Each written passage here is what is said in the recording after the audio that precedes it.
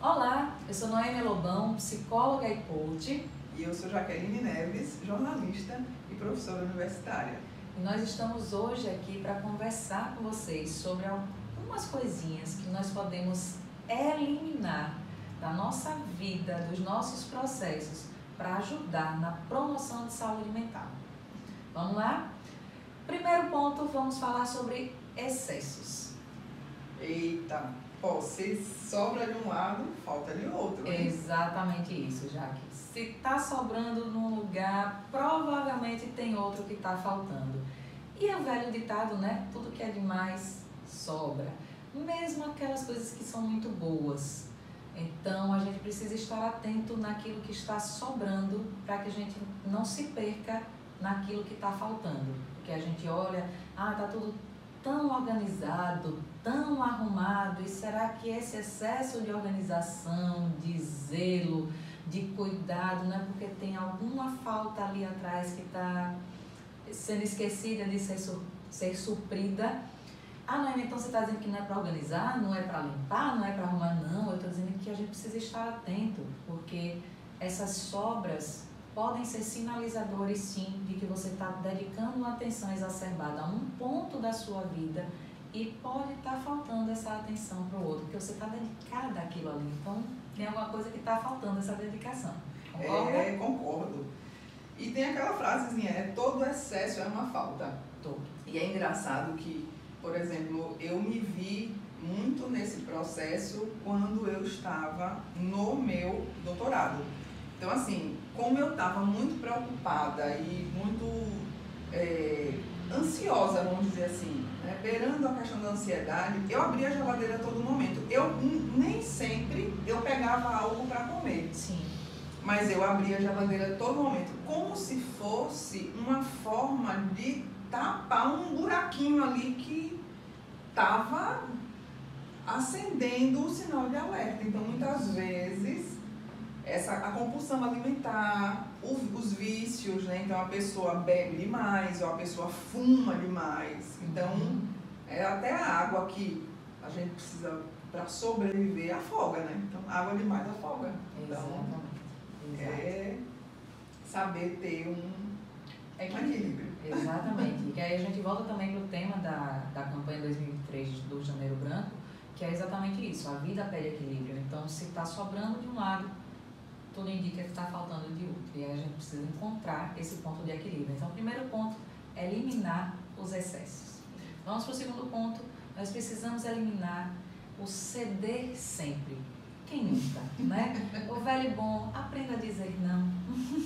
Eliminar essa cessão excessiva é importante, porque toda vez que a gente permite, a sensação que dá é que a gente não está avaliando aquilo que de fato é relevante para a gente. A gente está permitindo muito para o outro, permitindo muito para a empresa, por exemplo, no campo do trabalho, permitindo muito para o marido ou a esposa, permitindo muito para um filho, um enteado, permitindo muito para o outro, e às vezes a gente esquece da gente, a gente não filtra aquilo que de fato é relevante para a gente, e a gente só cede. Obviamente, a gente traz aqui a empatia, como esse olhar no cuidado com o outro, mas sem se esquecer da gente. É aquela máxima das máscaras do avião, né? Se as máscaras caírem, primeiro coloque em você para depois você ajudar o outro. Então, se você não estiver bem, como é que você ajuda o outro? Como é que você só segue? Você está como nesse processo? E isso sobrecai muito mais sobre as mulheres. Eu vejo que nós somos criadas para o servir, para o acolher. Então, é sempre muito mais cobrado de uma mulher que ela tenha que dar conta no sentido de dizer sim ao filho, dizer sim ao marido, mas também dizer sim à mãe, dizer sim à amiga, porque tem que ter esse aconchego, esse acolhimento. E muitas vezes, para algumas mulheres, eu sinto que o dizer não, eu não posso fazer, eu não posso aceitar, é muito difícil, e ela se sente, né, a pessoa acaba se sentindo culpada muitas vezes quando ela já disse o sim, eu vou fazer, e ela não vai conseguir. E isso é pior, porque ela disse que sim, só que o tanto que ela tem que dar conta extrapola a sua capacidade. E isso vai causando muito mais transtorno do que se a pessoa pudesse se posicionar e aprender a dizer, não posso fazer, o meu limite é esse. Né? Eu não posso pegar mais um projeto, eu não posso pegar mais uma encomenda, eu não posso pegar mais alguma coisa, porque eu tenho que ter também o meu tempo de autocuidado. Né? Exato. É a ideia da... Aí a gente entra em outra seara também, né? Os cuidados com a casa, por exemplo. Fala-se muito, antes se falava muito nessa ideia do homem ajudar nos cuidados com a casa, por exemplo. E a gente hoje, pelo menos há algum tempo, vem se refletindo sobre essa perspectiva de ajuda e transformando a ajuda em divisão de tarefas. Não é ajudar a cuidar do filho, não é ajudar na cozinha, é dividir.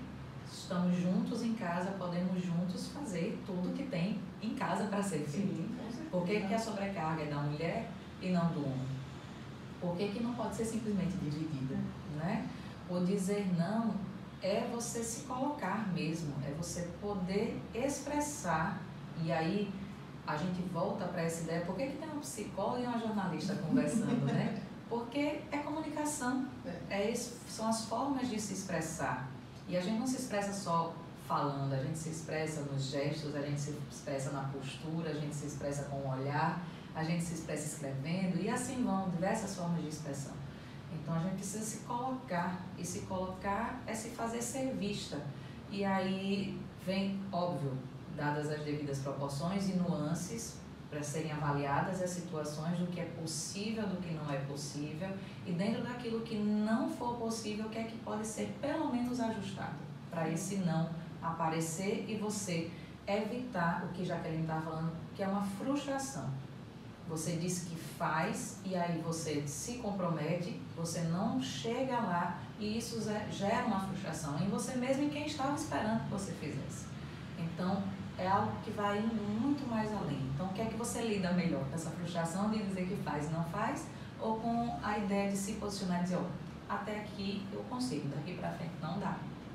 Como é que a gente faz? O que é melhor para você? E o combinado não sai caro, né? Se você consegue balizar o que você pode fazer, o que você consegue, e você diz não a partir de determinado processo. Então, no trabalho, por exemplo, você é contratado para servir cafezinho. Se alguém pede, sujou aquele ali no chão, uma vez, tudo bem, não tem problema. Mas aí você acumular a função de servir o cafezinho e limpar o chão todo dia, peraí, não estava combinado. Né? Uma coisa, é um exemplo bem banal, mas que ilustra, né? Disso muito miudinho até coisas muito maiores. Exato. E que vão acumulando, né? No final das contas. Terceiro ponto para eliminar: falta de hábitos. Não ter hábitos. Eu costumo dizer que quem trabalha no que ocorrer é um negócio complicado. Não é mais aquele método, a pessoa também muito metódica é complicada. Também, esse método às vezes... É o excesso. É o excesso. Porque aí deixa de ter a flexibilidade necessária, mas também flexibilidade demais, a gente volta para o excesso, também é difícil administrar. Eu costumo dizer que eu aprendi no meu trabalho que planejamento ele serve para ser feito e ser mudado. Eu até no começo eu brincava e fazia, mas então para que diacho eu vou fazer um planejamento se ele serve para ser mudado? É porque a gente precisa ter flexibilidade, não é que ele serve para ser mudado pura e simplesmente. É porque nós precisamos de flexibilidade para ajustar, porque lembre-se de que tem a parte que a gente controla e tem a parte que a gente não controla. E a parte que a gente não controla acontece. E quando acontece, aí volta para a nossa parte que é do ajuste, é da flexibilidade, é do remanejamento de algumas atividades para que elas possam ser cumpridas ou serem até melhor executadas diante de um novo cenário que apareceu. Então, não ter nenhum tipo de hábito, não tem hora para dormir, não tem hora para acordar, não tem hora para comer, não tem hora para estudar, não tem hora, é complicado, até para quem compartilha dessa vida com a pessoa sem hábitos, conviver e compreender os próprios processos dessa pessoa. E ajustar, alinhar um momento juntos, um momento na rua, um momento no trabalho, fica complicado, porque está sempre assim, e agora, faz o quê? E agora, será que está fazendo o quê? Então, eliminar essa falta de hábitos é importante, para que a gente tenha um planejamento, para que a gente tenha uma ideia do que vai fazer naquele dia, pelo menos. E o planejamento, ele visa também a você, como você disse, da flexibilização, é poder pensar plano A, plano B, Isso. Porque o controle não é pleno, mas nós podemos ter a criatividade, porque a flexibilização traz isso, você ter essa possibilidade de ser criativo em solucionar ou em ajustar, justamente porque o hábito, ele vai consolidar algo que você vai tornar uma rotina. Porque assim, a gente pensa nos bebês, por exemplo, né? Muitas mães, elas passam por... Eu tenho 3 filhos e eu passei por isso 3 vezes de formas diferentes, personalidades diferentes. Então, um dorme mais cedo, outro dorme mais tarde, outro não gosta de dormir, que a gente sabe que tem criança que luta com o sono, por exemplo.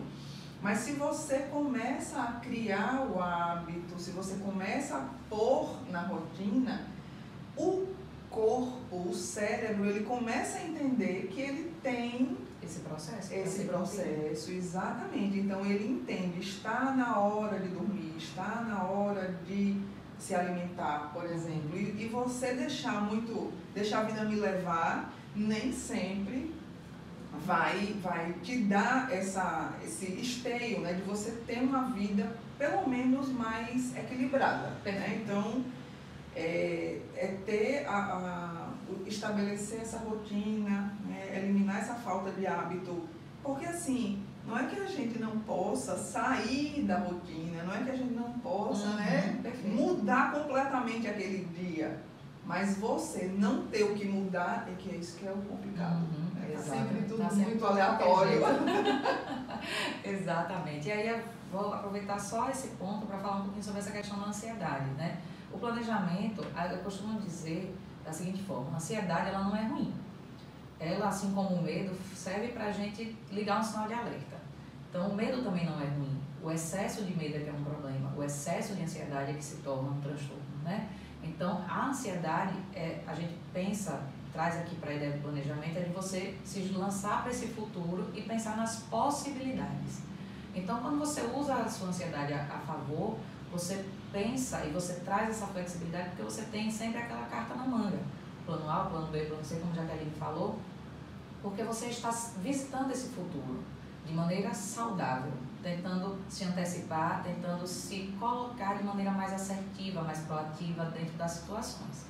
Quando a gente não tem hábitos, rotinas, é como se você estivesse sempre ligado para estar nesse processo ansioso de como resolver, porque o que pode acontecer, e podem acontecer várias coisas para além do que já poderia se houvesse algo mais organizado. Então, às vezes, é inclusive um grande gatilho de ansiedade, porque você está sempre muito atento a tudo e a todos, porque não sabe exatamente o que vai acontecer. Como também o contrário, tudo muito certinho e organizado, quando alguma coisa sai do lugar, esse gatilho também é acionado. Então a gente volta para o primeiro ponto de eliminação, que é o excesso, nem tanto nem tão pouco, nem de um lado nem de outro, que é o equilíbrio de fato para conseguir fazer fluir. Isso. Ok? Próximo ponto, nós vamos falar sobre hábitos ruins. Falamos da falta de hábitos, então agora vamos falar sobre hábitos ruins. Precisamos eliminar esses hábitos ruins. Por quê? Se é ruim, o que é que ele está fazendo aqui? Meu Deus do céu, você já fez essa avaliação, ele não está bom. Então por que está aqui? Poxa, toda vez que eu chego em casa, eu como um monte já em não sei que horas da noite e isso me faz mal. Caramba, você já prestou atenção, você já percebeu, porque você continua reproduzindo. Ah, eu não consigo. Consegue. Vai devagarinho, de pouquinho mesmo. Eu gosto muito de valorizar as pequenas vitórias, né? Hoje você come um prato enorme de macarrão, toda noite ou quase toda noite. Então, põe um prato um pouquinho menor. Ah, eu vou trocar o macarrão por salada. acho que vai ser complicado de você se adaptar a essa nova rotina, a esse novo hábito. Mas diminua um pouquinho, dá um primeiro passo, valorize, se adapte a comer menos. Poxa, agora eu estou conseguindo comer metade do prato, que maravilha. Levei um mês para fazer isso, 2 meses, conseguiu, foi tranquilo o processo, foi, então valeu a pena. Para a gente chegar no final da escada, a gente precisa começar no primeiro degrau. Então não adianta fazer mudanças muito radicais, seja em termos de alimentação, de prática de atividade, ou não ter nenhuma atividade física e passar a ter, ninguém sai do sedentarismo a um corredor profissional. É um processo. Então a gente precisa eliminar esses hábitos ruins que a gente já entendeu que estão interferindo negativamente no nosso processo para poder transformar isso e melhorar, promover a saúde mental. Exatamente. E a cabeça num corpo bom funciona bem, né? Porque você traz aí seus hormônios, vai, né, liberando bons hormônios. Você fala muito da questão do medo, né? E o medo também é ele é um sinal de alerta para a sobrevivência, mas quando você entra no modo medo constante, você também está intoxicando seu corpo, né? Com várias substâncias isso, que também não vão te ajudar. Então, eliminar todos os hábitos ruins é um grande passo. Outro ponto de eliminação é o desalinhamento entre valores e princípios. Isso é um ponto importantíssimo. Até na nossa conversa prévia, né, essa gravação, a gente pensou sobre, já que até trouxe assim, quando a gente está, por exemplo, numa empresa, né, já que você falou, isso, e a empresa tem valores que não estão de acordo com aquilo que eu acredito. Até onde vale a pena eu estar naquele lugar? Até onde eu vou conseguir, na verdade, estar naquele lugar? Porque se não é condizente, como é que eu funciono?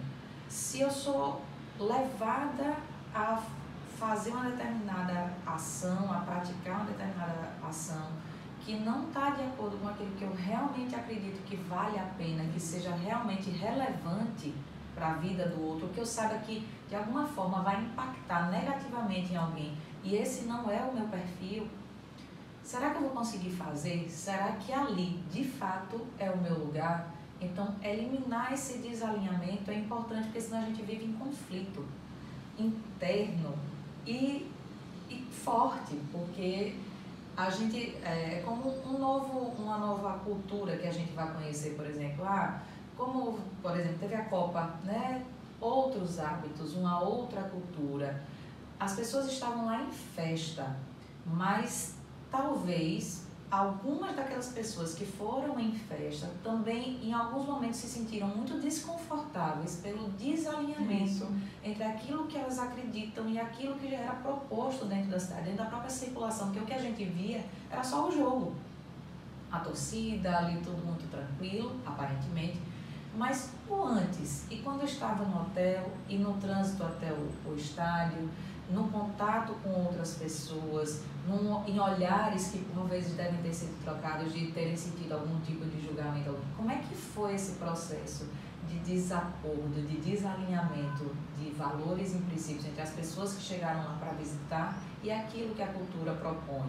E não é um julgamento do que é certo, o que é errado. É só que não é aquilo que a gente está habituado, ou que aquela pessoa foi que estava habituada e querendo de fato praticar.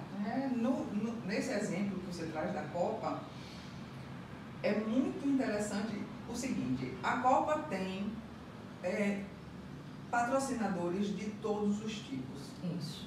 E aí você tem um patrocinador específico que é de bebida alcoólica. Isso. E que geralmente é muito consumida durante o jogo. E nessa Copa foi proibido vender qualquer tipo de bebida alcoólica dentro do estádio.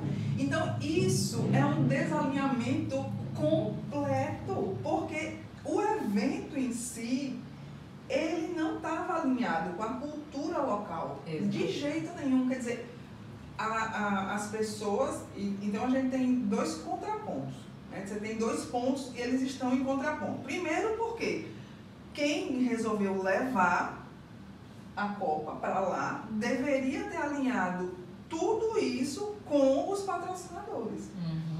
e que estava em desalinhamento completo com os turistas que estavam ali para consumir aquela bebida. Exatamente. Então, assim, esse foi um exemplo perfeito. O desalinhamento está do início e durante todo o processo e ao fim, porque nós ficamos sabendo, né, que pessoas foram presas, que foram abordadas de forma bastante agressiva, que achavam que iriam passar por alguma situação mais violenta, vamos dizer assim, porque constrangedora com certeza passaram, né? Então, esse é um exemplo perfeito desse processo, que alinhar é essencial. Perfeito. E o último ponto, eliminar a crença de que se dá conta de tudo, ou coisa que a gente acredita, né, piamente, eu dou conta de tudo, eu consigo, eu vou lá, e a gente volta para a ideia do CD sempre também. Do excesso. Vamos lá. Esse fecha todos. Esse fecha todos. Pois é, porque essa ideia, essa perspectiva é de que a gente dá conta de que eu consigo trabalhar, eu consigo estudar, eu consigo arrumar casa, eu consigo cuidar de filho, eu consigo dar conta do meu marido, ou da minha esposa, do meu, enfim, cachorro, apartamento e o carro quebra. E aí a gente começa a dizer assim, vou assistir uma Netflix da vida, é quase uma terapia. Eu dou conta também, quando eu estou muito estressado, eu tenho tanta coisa para fazer, aí eu vou bater um papo com um amigo, eu vou para a praia, Lembrem-se de que isso tudo é estratégia de enfrentamento. São estratégias que você cria para lhe auxiliar no seu processo de autoconhecimento e de lidar com essas situações. Conversar comigo não é terapia. Assistir Netflix também não é terapia. Essa não é a minha terapia. Porque não é. A terapia é um processo de construção, de autoconhecimento que tem que ter um profissional. Então, quando você acredita que você dá conta de tudo, parece que tudo é muito fácil. Aí você se dá conta de que não é assim que funciona. E aí você esquece de que delegar coisas é importante, e aí você acumula, aí vira excesso, você não cede, aí você cede sempre, e aí você está preso num círculo que você, inclusive, fica frustrado por acreditar que você dá conta e você está vendo que não dá conta de tudo.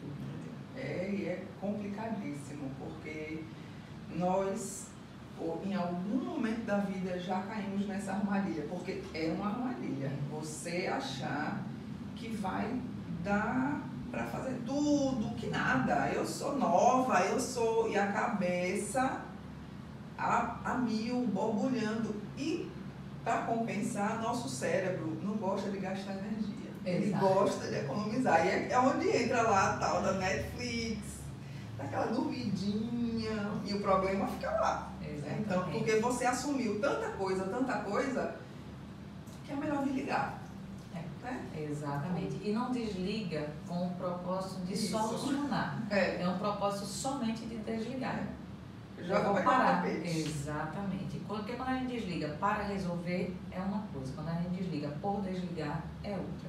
Então, pensar sobre esses processos de que, eu sou quase uma super-heroína, eu dou conta de tudo. Lembrem dos excessos. Onde é que está faltando alguma coisa, né? E aí vou até trazer uma questão muito particular.